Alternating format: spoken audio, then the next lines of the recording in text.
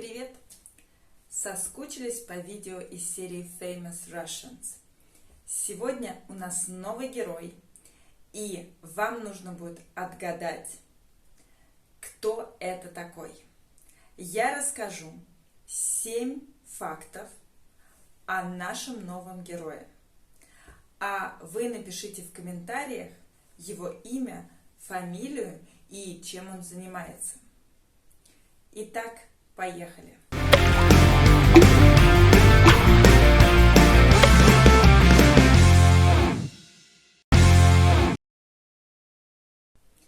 Наш герой родился в 1966 году в Ленинграде. Его отец был инженером-электриком, а мать преподавала математику. В первый класс школы наш герой пошел раньше, чем другие дети, в 6 лет. И уже тогда он проявлял яркие математические способности. Еще его мать приобщила его к музыке, он играет на скрипке. И еще он любит шахматы и настольный теннис. В учебе наш герой всегда был на высоте. В 1982 году в составе группы советских школьников он победил на Международной математической олимпиаде в Будапеште. И благодаря этому он без экзаменов поступил в Ленинградский университет на математический факультет. В университете он тоже учился на отлично и всегда получал повышенную ленинскую стипендию. Факт номер 4. Наш герой, когда Советский Союз развалился, уехал в Соединенные Штаты Америки, где много работал в разных университетах и преподавал. Но в 1996 году он вернулся обратно в Россию. И его коллеги и там, и здесь всегда отмечают, что он человек замкнутый и аскетичный. А постоянная еда, которую он ест, это молоко, хлеб и сыр. Вот и все.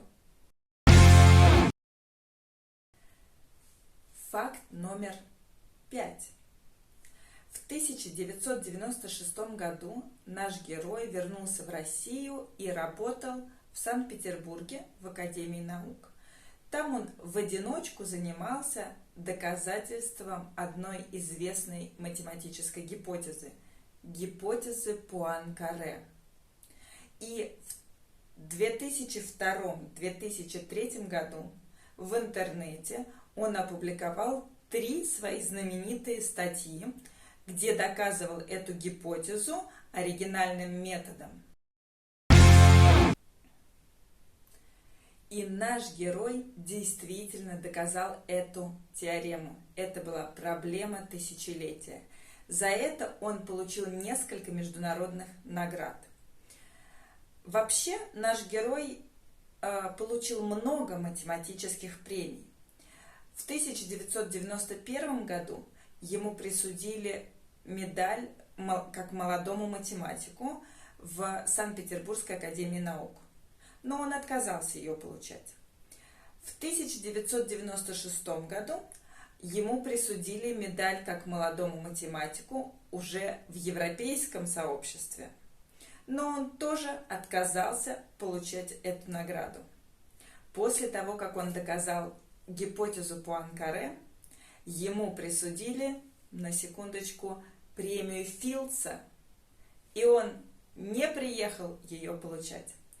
И после этого, в марте 2010 года, математический институт Клея присудил ему премию в $1 миллион США за решение проблемы тысячелетия, за гипотезу Пуанкаре. И наш герой не поехал в Париж, чтобы получить эти деньги. Представляете, какой он нонконформист.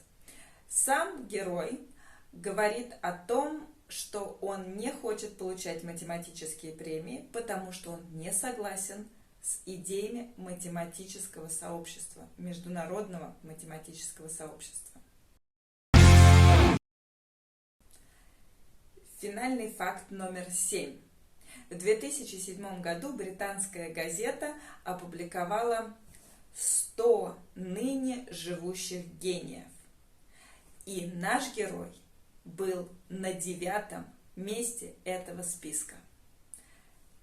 Догадайтесь, кто наш герой сегодня? Напишите это в комментариях, а через неделю мы опубликуем правильный ответ.